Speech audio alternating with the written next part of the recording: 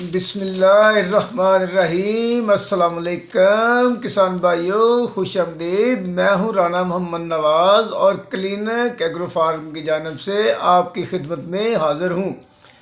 आज हम आपको गंदम की फसल के बारे में पहले पानी के साथ खाद डालने के मुख्तलिफ प्लान के बारे में कुछ आगाही फराहम करने की कोशिश करेंगे। अगर आप इन प्लान पर गौर फरमाकर खाद डालने के तरीका और खादों की मिकदार को समझदारी से डालकर अच्छी पैदावार हासिल कर सकते हैं। पहले पानी के बाद खाद डालने का प्लान मुख्तलिफ ज़मीनों मसलन भारी मैरा ज़मीन, ज़रख़ेज़ ज़मीन, हल्की मैरा ज़मीन, रेतली ज़मीन और कलराठी ज़मीनों के लिए मुख्तलिफ हो सकता है। आप हर ज़मीन को उसकी साख्त के मुताबिक अगर आप खादें डालेंगे तो आप उनसे अच्छी पैदावार हासिल कर सकते हैं। पहले आ जाते हैं सेहतमंद भारी मैरा ज़मीन की तरफ। अगर बिजाई के वक्त आप DAP खाद और SOP खाद डाल चुके हैं तो फिर पहले पानी के साथ एक बोरी ज़बरदस्त यूरिया खाद की डाल दें, यही काफ़ी है। अगर आपको ज़बरदस्त यूरिया खाद मार्केट से नहीं मिल रही है तो फिर आप एक बोरी सादा यूरिया के साथ 3 से 5 किलो जिंक मिलाकर डाल दें तो आपकी ये पहले पानी के साथ डालने वाली खाद जो है ये पूरी हो जाएगी।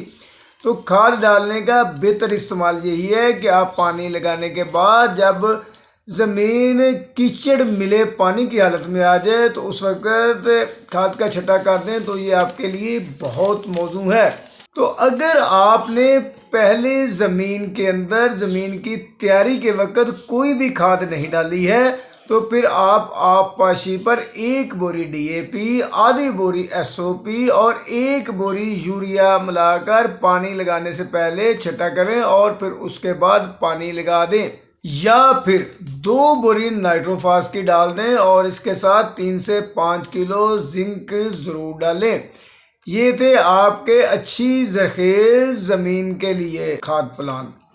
अब आ जाते हैं कि अगर आपकी ज़मीन रेतली मैरा है या रेतली ज़मीन है तो आपने बिजाई के वक्त अगर DAP SOP खाद डाली है तो फिर आप पानी के साथ एक बोरी ज़बरदस्त यूरिया की डाल दें, यही काफ़ी है। अगर ज़बरदस्त यूरिया नहीं मिल रही है तो फिर सादा यूरिया के साथ 3 से 4 किलो जिंक मिलाकर डाल दें तो ये खाद आपकी पूरी हो जाएगी। अगर आपने इन ज़मीनों के अंदर बिजाई के वक्त DAP या और कोई भी खाद नहीं डाली है तो फिर आप 1.5 बोरी DAP की, आधी बोरी SOP की और 1 बोरिया यूरिया इसको डालेंगे। मगर आप रेतली मैरा ज़मीन के अंदर जो DAP है और SOP है इसको पानी लगाने से पहले छटा करें और बाद में पानी लगा दें। पानी लगाने के बाद 1 बोरी यूरिया के साथ 3 से 5 किलो जिंक मिलाकर छटा कर दें तो ये इसके लिए बहुत ज़्यादा मौजू खाद है। अब आ जाते हैं कलराठी ज़मीनों के लिए। अगर आपकी ज़मीनें कलराठी हैं तो आप अगर उसके अंदर DAP या SOP पहले डाल चुके हैं तो फिर 1 बोरी ज़बरदस्त यूरिया के साथ 4 लीटर पोरस डालें। पोरस ये FMC की प्रोडक्ट है जो कि ज़मीन के अंदर मसाम खोल देती है तो ये इसके लिए बहुत मौजू है।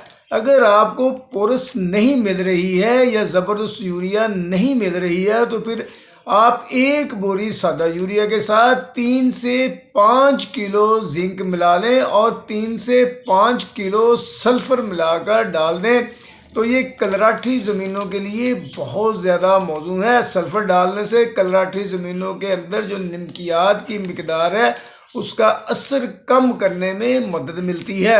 अगर आपने कलराठी ज़मीनों के अंदर बिजाई के वक्त कोई भी खाद नहीं डाली है तो फिर आप पानी के साथ 2 बोरी नाइट्रोफास और 5 किलो सल्फ़र डाल लें तो ये इन ज़मीनों के लिए बहुत ज़्यादा मौजू खाद है। तो काश्तकार भाइयों, अगर आप अपनी ज़मीन की साख्त को समझकर खाद डालेंगे तो आप अच्छी पैदावार हासिल कर सकते हैं।